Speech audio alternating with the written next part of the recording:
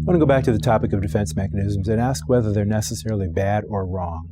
Are they the best way of coping with the situation that confronts us? I think we could probably see an argument for why it is that repression is not necessarily an ideal way of coping with an emotion that we find uncomfortable. Probably, if we try to keep it down in the unconscious for too long, it's going to spill out in one form or another in a way that we might not like, in a way that might be embarrassing or otherwise problematic. So it's perhaps better to get it out into the open. But what about some other types of defense mechanisms? One is, as you've probably heard the phrase, passive aggression. In passive aggression, we've got a case in which, for example, suppose you're angry at someone, but instead of confronting them and the issue that they've raised directly with them, you do something or a series of things that are moderately but not hugely annoying, such as take a very long time to respond to emails or texts or phone messages, leave messes in common work or study areas, communicate in ways that are cryptic or misleading, such as fine, whatever. If I respond to your suggestion by saying, fine, whatever, am I accepting what you say without any qualms? Am I throwing a little bit of salt or shade on the suggestion in order to be a little bit unpleasant? If the latter, then that suggests a minor form of aggression, not a direct, in-your-face form of aggression. This is a defense mechanism. I feel uncomfortable, I feel unhappy or irritated about something, and I'm going to, so to speak, let you know about it by not hitting you over the head with a hammer, but rather by something more like taking my fingernails and scraping down your back to cause you unpleasantness, but not absolutely terrible pain.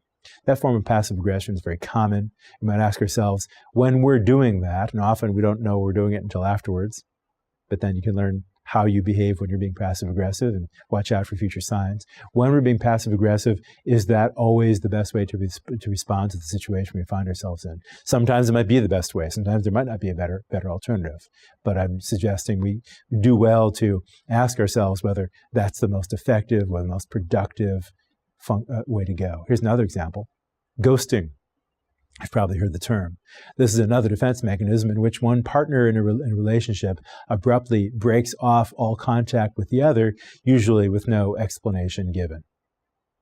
So again, the seeker of self-knowledge might ask herself, I have an impulse to never see this person again, to cut off all contact with that person, but is that impulse the best thing to act on, or is it something that if I were to stand back from the situation, if I were to think about how I'll feel about this a year from now, for example, will I regret having done something so abrupt and extreme as ghosting what at least at one time was a close friend of mine? Here's another defense mechanism. At least I want to hypothesize that it's a defense mechanism, although it might be a bit of a surprise.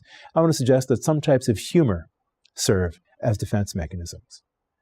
In particular, I want to suggest some types of humor, not all, but some types of humor can be seen as a form of sublimation. I redirect emotions into an area that is socially more or less acceptable, as long as the humor is not entirely inappropriate.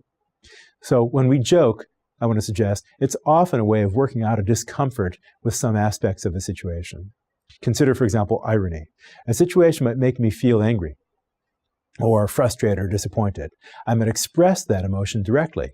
That sometimes is perfectly okay. However, another approach is to highlight the situation's absurdity and to show that we have some measure of mastery over it. So once, many years ago, I was held up at gunpoint.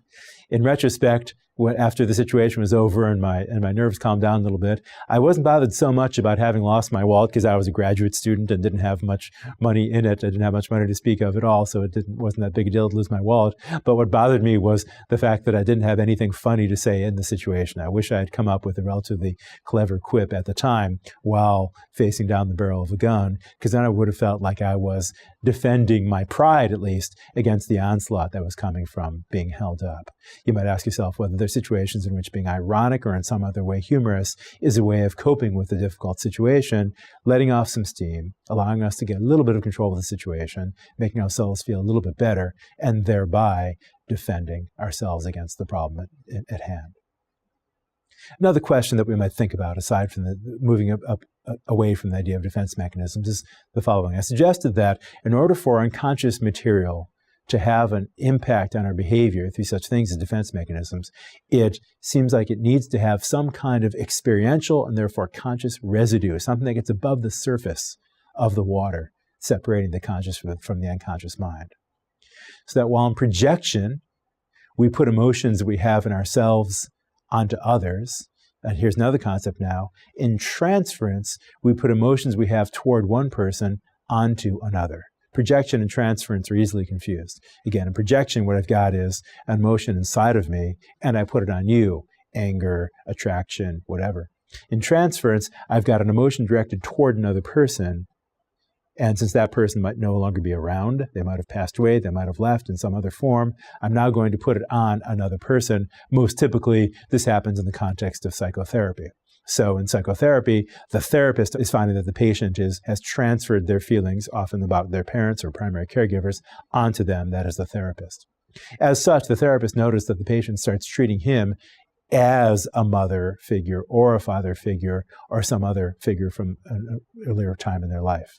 But this in turn gives the therapist a chance to help the patient bring some of that unconscious material into conscious awareness. After settling into a relationship in which the patient starts treating the therapist as a mother figure, for example, the therapist is then able to say, I see that you're treating me in a certain way, even though I don't have those characteristics in a noticeable way. Can you begin to think about what motivates you to do that, what the urge, what the impulse is to make you treat me that way? And there's at least a hope that the patient will, as a result of that line of questioning, begin to realize that there are emotions that she has towards her mother that she's now put onto the therapist, and she can begin to be aware of those emotions.